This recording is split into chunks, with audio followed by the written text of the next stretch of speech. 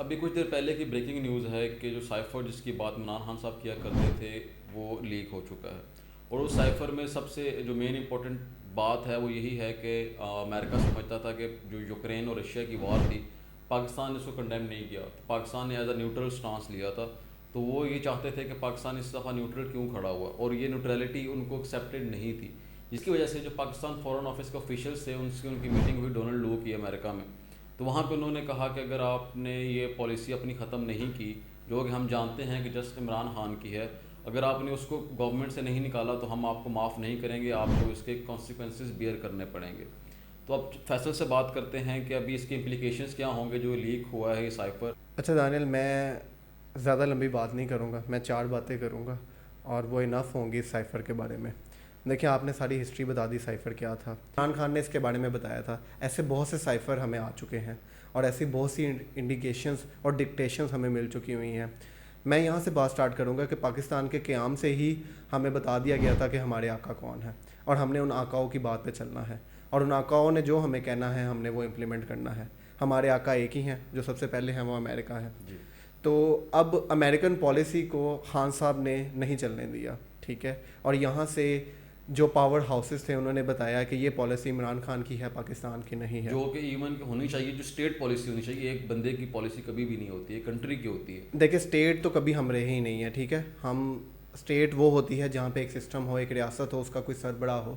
جس ریاست کے بہت زیادہ سربراہ ہوں وہ کبھی اسٹیٹ نہیں ہوتی, وہ ایک ریپبلک ہوتی ہے جس میں چھوٹے چھوٹے گروہ اپنی اپنی مرضی چلا رہے ہوتے ہیں. ایک سائڈ پہ ہماری سول بیوروکریسی اپنی مرضی چلا رہی ہے, ایک سائڈ پہ ملٹری اسٹیبلشمنٹ چلا رہی ہے, ایک سائڈ پہ ہماری جوڈیشری چلا رہی ہے.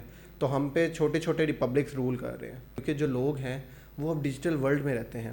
یہ جو اس سے پہلے جتنے لوگ ہم پہ ریپبلک رول کرتے رہے ہیں ان کا جو نیریٹو تھا وہ چند اخباروں کی زینت بنتا تھا. اب ایسے نہیں ہے, اب ہر شخص کا ایک نیریٹو ہے, ہر شخص کی ایک سوچ ہے.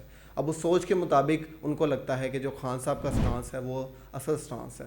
تو وہ جیل میں ہوں یا کہیں بھی ہو, انہوں نے جو سوچ ہم تک ٹرانسفر کر دی ہے وہ ریزسٹنس شو کرے گی ہر اس ایسی چیز کے بارے میں جو ہمیں کسی کا غلام ظاہر کرے گی. اس سے مجھے جہاں تک لگتا ہے کہ جو سائفر جس کو پہلے کوئی بھی مان نہیں رہا تھا, نہ گورنمنٹ آفیشلز مان رہے تھے نہ کوئی اور مان رہا تھا, تو ابھی میں رانا ثناء اللہ کا بیان سن رہا تھا, وہ یہی کہہ رہے تھے کہ اب یہ سائفر فوراً منسٹری نے انہوں نے اس پہ کمنٹ نہیں کیا. آپ کو پتہ ہے کمنٹ نہ کرنے کا مطلب کیا ہوتا ہے, انڈائریکٹلی ان ادر ورڈس کہ آپ نے اس کو ایکسیپٹ کر لیا. تو یہی کہہ رہے ہیں کہ ہم ان پہ اب آفیشیل ایکٹ کا ایک اور مقدمہ دائر کریں گے. اب وہ آلریڈی جیل میں ہیں, اور وہ مقدمہ آپ کو پتہ ہے کہاں چلے گا, وہ ملٹری کورٹس میں چلے گا. آفیشیل ایکٹ کا آفیشیل سیکرٹ ایکٹ کا مقدمہ ملٹری کورٹس میں چلے گا.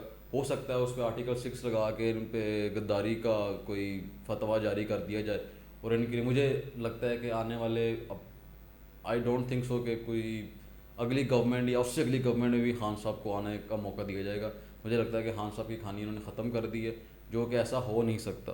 جس بندے کے ساتھ پبلک ہوتی ہے وہ بندہ کبھی ختم نہیں ہو سکتا. یہ تو 3 دنوں کے مہمان ہوتے ہیں, 2 سال رہیں گے, کوئی اور آ جائے گا, یہ جائیں گے, اس کے بعد کوئی اور آ جائے گا.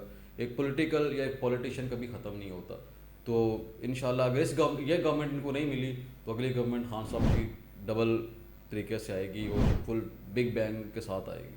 کہوں گا کہ یہ ایک بہت پازیٹیو قسم کا آپ کا فیڈ بیک ہے, مجھے ایسا ہوتا نظر نہیں آ رہا. ڈیموکریٹک گورنمنٹ تبھی آتی ہے جب لوگوں کی ول پاور ہو, تو مجھے ابھی ول پاور نظر نہیں آ رہی لوگوں کی.